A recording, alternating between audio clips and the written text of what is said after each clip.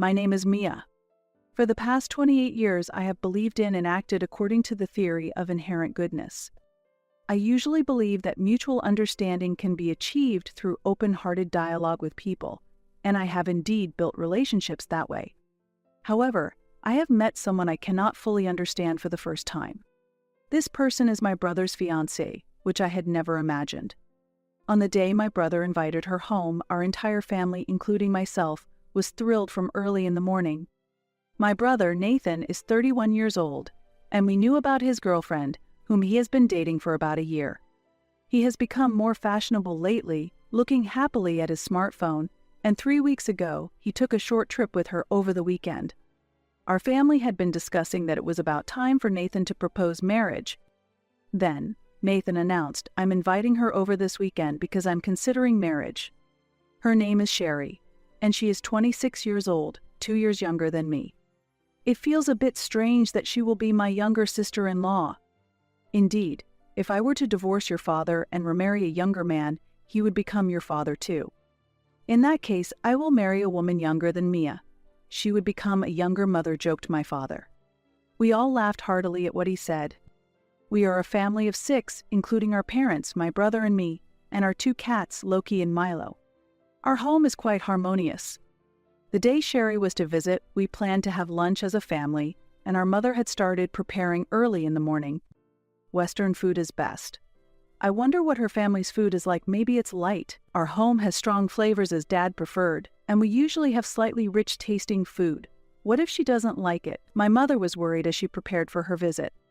I helped prepare an avocado salad and fresh spring rolls with beef stew as the main dish. Sherry has a petite and delicate build, not flashy but exuding a charming beauty. She seemed very reserved and calm.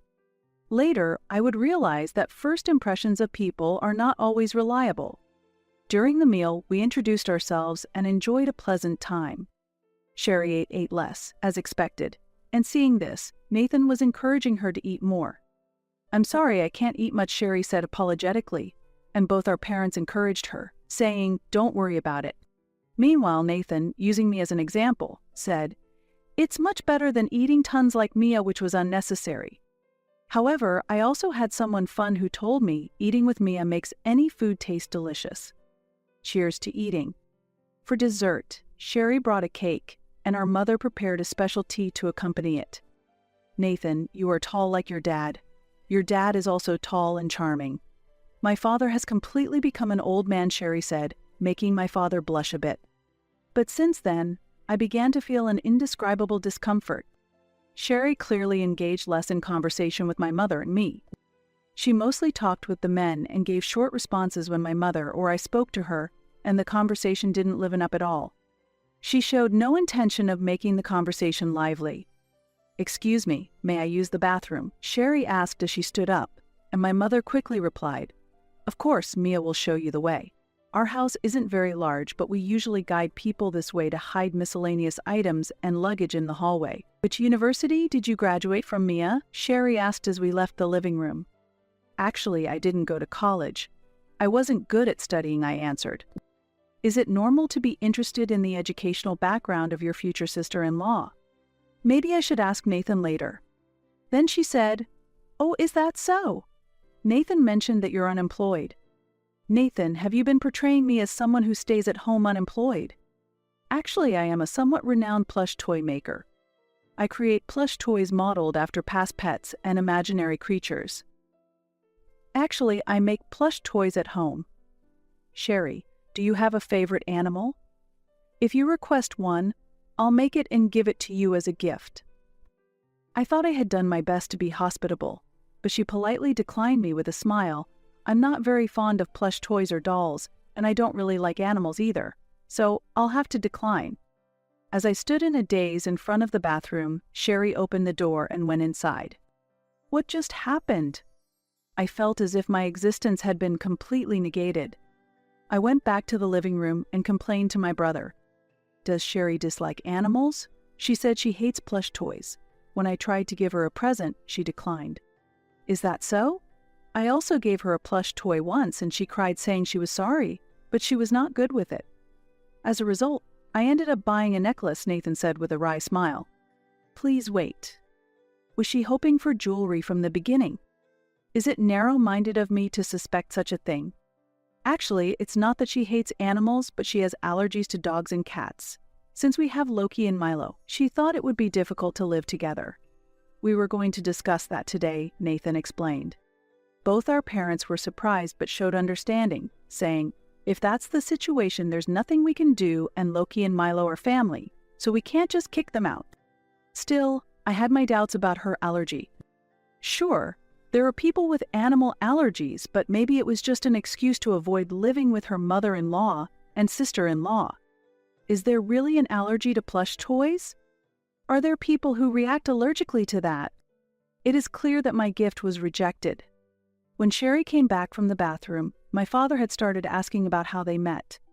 She works at the front desk of a client company, Nathan began, revealing that Sherry was known among his colleagues as the cute petite bright woman at the reception. Nathan himself works for a large corporation. Simply put, he is an elite.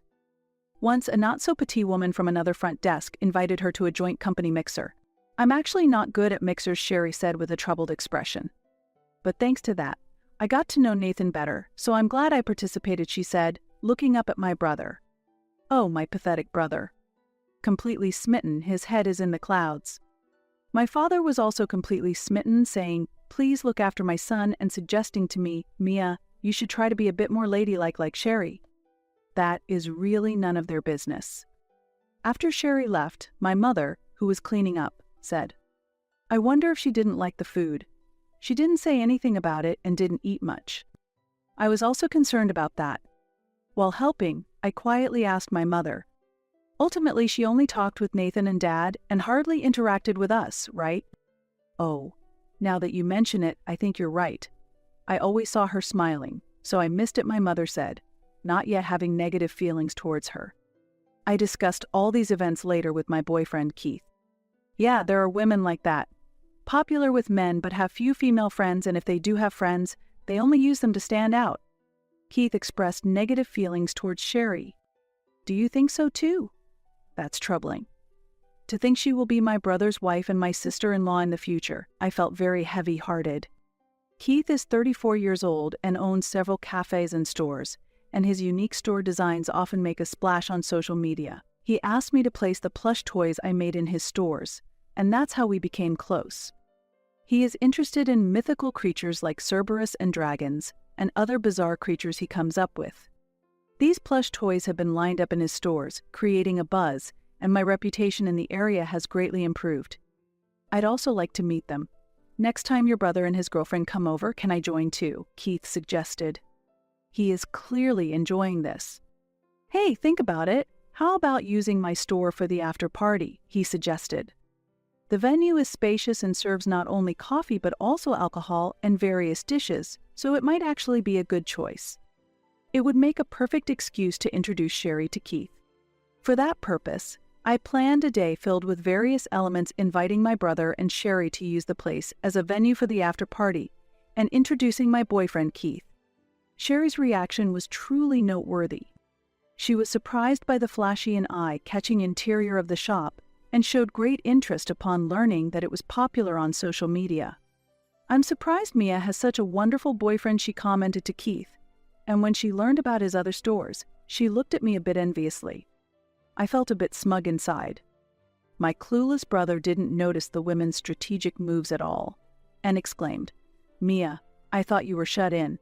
But when did you get such an amazing boyfriend? And told Keith to take good care of my sister. I'm not shut in, though. In the end, we were turned down from using that place for the after party because it was a bit far from the wedding venue and the decor was too eccentric, which might not appeal to the older guests. It was just an excuse, so no problem. But maybe Sherry wanted to divert attention from us if she actually were to be a patron at my boyfriend's store. Yeah, really. It's better not to get too close to that girl. If you talk bad about her to Nathan, I think you would be the one blamed, Keith told me, leaving me suspicious. Would my brother believe the words of a new girlfriend over his sister of 28 years? The first family meeting was held. Sherry chose a rather sophisticated French restaurant. To be honest, both my mother and I have little experience with French cuisine. Sherry glanced at us disdainfully as we clumsily handled the knife and fork, unfamiliar with the manners. And the men were completely oblivious to it. The usual pattern. It was clear that Sherry's father doted on his daughter, and although her mother had a very humble and kind demeanor, similar to Sherry, I was surprised to see that she almost ignored her own mother. Living with a doting father and a daughter who scorns her seems very difficult. My mother also commented that, poor mother. Mom, I don't think this marriage is good, I bravely told her. That's true. I also feel there are some problems with Sherry, she replied. The problem is that the men don't notice it at all. Hey Nathan, does Sherry have any female friends? What's up all of a sudden? Yes, she does. Like that not-so-tall receptionist girl, she's supposed to be her friend. From his wording, it felt like Sherry considered herself superior to that girl. Sherry only talks to you, Dad, and even Keith, always ignoring us, the ladies in the family. What are you talking about? That's not true. Sherry is not like that. Please stop acting like a jealous sister-in-law from now on. No matter how much I conveyed it, my brother thought I was just being jealous. Wedding preparations were going smoothly, and Sherry had already quit her job to focus on them. My brother said, I'm sorry to leave everything to Sherry, but I felt that she wanted to control the wedding exactly as she wished.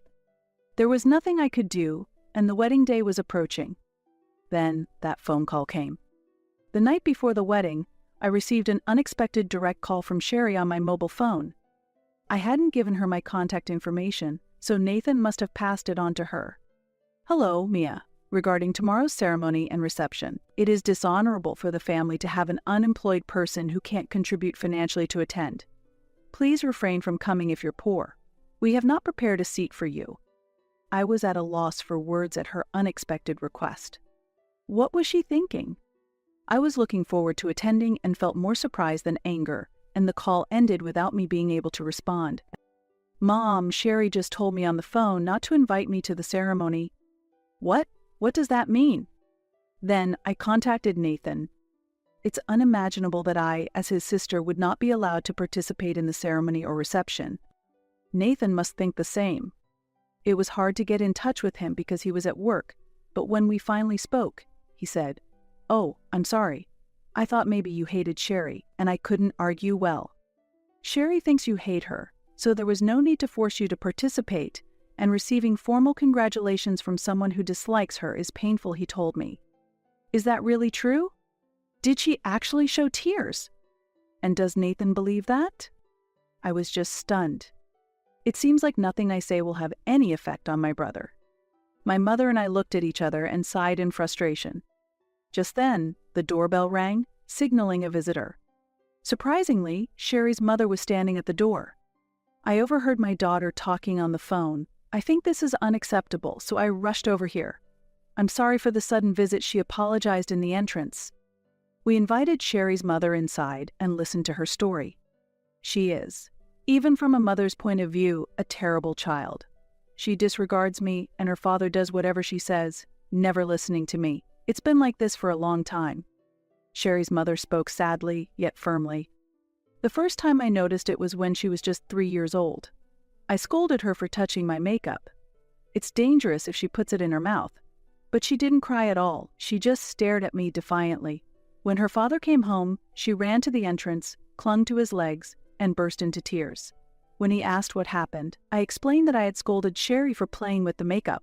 He hugged her, saying, You're such a girly girl at only 3 years old. At that moment, Sherry looked at me and smiled smugly. Hearing this, I shuddered. I couldn't believe she had been manipulating people from the age of 3, using her appearance to protect herself. According to Sherry's mother, she is not only skilled at influencing men, but also powerful women to support her. Since then, Sherry has always behaved like a sweet daughter in front of her father, and a capricious child towards her mother. Even when Sherry's mother complained about her behavior to her father, he wouldn't listen at all. The problem is with you, the mother. Why bring up such paranoid delusions? I've heard that even between mothers and daughters, there can be jealousy among women. I didn't think you were such a person, but it's shameful that you're jealous of your daughter, he harshly criticized her. That's awful. I was at a loss for words. You really have suffered. I can only imagine how much you've endured, my mother comforted her, and Sherry's mother began to cry, unable to hold back her emotions.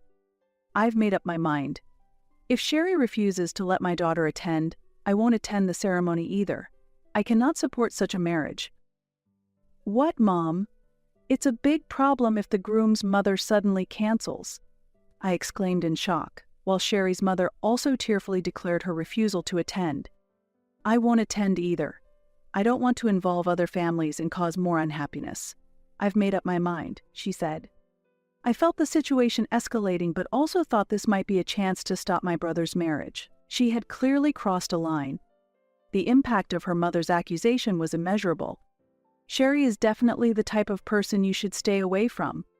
Her becoming a part of the family would be a nightmare.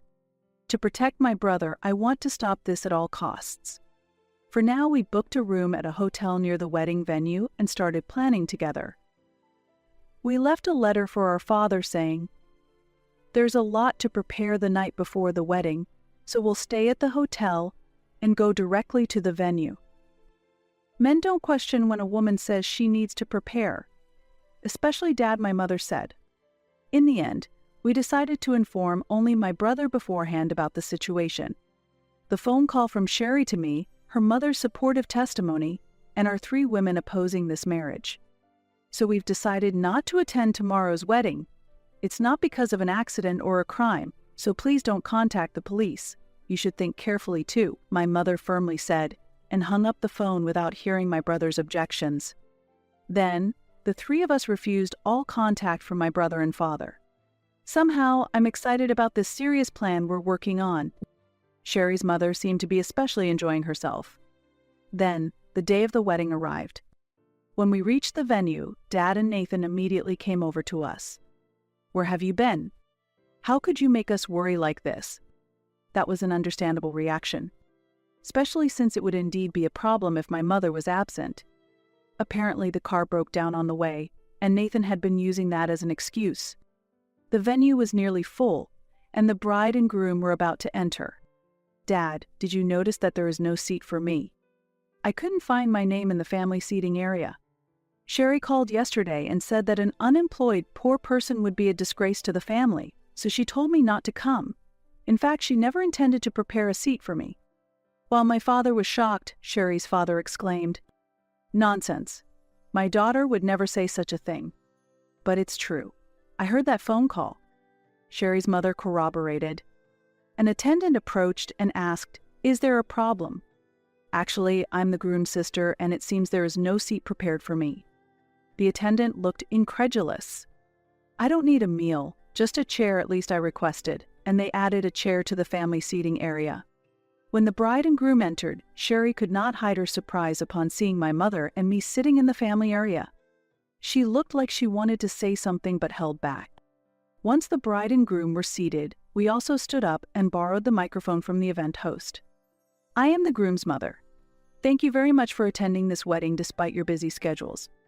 I am the bride's mother. Please forgive this sudden address." And then it was my turn to speak. "I am the groom's sister, and I cannot support this marriage today." My statement caused a momentary silence in the venue, followed by a murmur spreading through the crowd. Yesterday, Sherry called me directly and said, "Don't attend because an unemployed, poor person is a disgrace to the family. In fact, I am neither unemployed nor poor." But my brother sided with Sherry and did not support me. After this testimony, Sherry's mother continued, "I'm sorry, but Sherry has been skilled at manipulating men and looking down on women since she was little. Her father always obeys her words. No matter how much I appealed, I was always the one blamed." Then my mother concluded, "We do not wish for such a woman to be our son's spouse." I can't believe it. "Why would you say such things, Mom? Just because Mia and her mother-in-law dislike me? This is too much," Sherry said tearfully. The men in the venue immediately sympathized with her tears at the bride and groom's table. The atmosphere in the venue became tumultuous, and it seemed to be turning against us. However, there were people who broke this situation. 3 women seated at Sherry's friend's table stood up and began to testify about Sherry's past behaviors and words. One took the microphone and said, "We understand this story well." She continued, explaining that Sherry behaves entirely differently in front of men and women. She quickly grasps the situation and acts accordingly, skilled at maneuvering. Men are misled by her appearance and attitude, feeling the need to protect her, and women who criticize her are quickly vilified. She is adept at finding others' weaknesses and using them to manipulate people to her will. It seemed that these women had also been quite dissatisfied with how they had been treated by Sherry. Taking this opportunity, they began to accuse her one after another. Finally, one said, "Thank you for providing us with this platform to confess. The friends gathered here did not originally want to participate. The reality is that the men do not understand the truth. We want to show that people are not just their appearances." Sherry and her father's faces were filled with astonishment. The venue erupted into chaos. At that moment, Nathan began speaking with a solemn expression. "Thank you all for coming today. However, unfortunately, I have decided to call off this marriage." Looking back, my sister had sensed the truth early on. I was too caught up in my own perceptions to listen to her. Thinking calmly, marrying a woman who wouldn't even provide a seat for my sister is inappropriate. The aftermath was extremely challenging. We returned the gifts to the guests and negotiated cancellation fees with the venue. During this time, Sherry pleaded tearfully, "Everyone is trying to bring me down. This treatment shouldn't be allowed." It seems that only Sherry's father truly believed her tears. Since this incident, Nathan has developed significant doubts about trusting women. It's not surprising. I tried to encourage him by saying, "It's good that you were only planning to register your marriage later." And since we talked directly at the venue, we avoided the trouble of explaining individually, but it wasn't very comforting. Stepping back from Sherry, Nathan seemed to have sensed something too. "Next time I date someone, I'll listen to both your advice and Mom's," he said with a wry smile.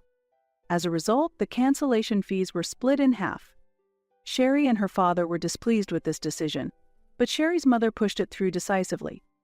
Afterward, Sherry's mother decided to divorce her husband and left the house. She now seems brighter and freer. Since then, she and my mother have bonded and have become good friends, visiting each other frequently. Sherry, having caused a major scandal, is shunned by former acquaintances and remains reclusive, unable to return to work. Her father still dotes on her, but they live in a deteriorating home, unable to do much. Will he only realize the importance of a wife or mother after losing them? Or is his anger over the ruined wedding stronger? "Hey, that was tough, huh? By the way, Mia, are you interested in having your own studio?" Keith made this proposal after the busy days had settled down. "Your plush toys are very popular. I was thinking maybe we could increase the production a bit.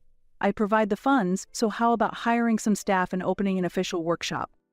It was an attractive proposal, but I argued that I couldn't rely too much on him for everything. Then, he casually said, "Investing in a future wife is natural," and proposed to me. If it's okay to skip a wedding ceremony and reception. That reception we experienced has become a slightly bitter memory. Keith, smiling, then suggested, "How about we have a small party at my store instead?" While I feel a bit sorry for my brother, I'm cherishing my own